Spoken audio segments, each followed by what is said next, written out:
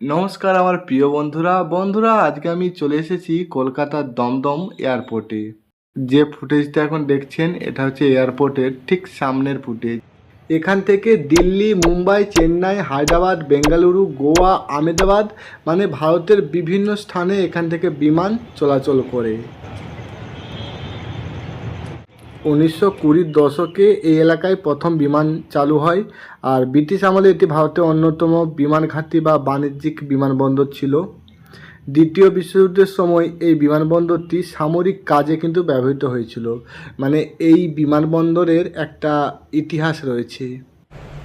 কলকাতা দমদম বিমানবন্দর থেকে Bangladesh, Dubai, Singapore, Bangkok মানে বিশ্বের বিভিন্ন দেশে পৌঁছানো যায়। পূর্ব ভারতের আন্তর্জাতিক আকাশপথের অন্যতম প্রাণকেন্দ্র হচ্ছে কলকাতার এই দমদম এয়ারপোর্ট।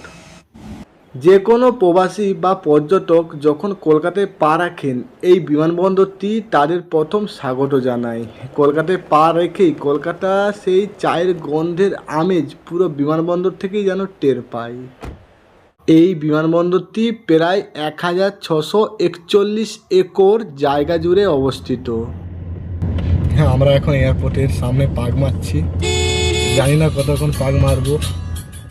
যারা কলকাতাকে ভালোবাসেন তাদের কাছে দমদম বিমানবন্দর মানেই ঘরে ফেরার এক অদ্ভুত আনন্দ আর চেনা মানুষের হাসি।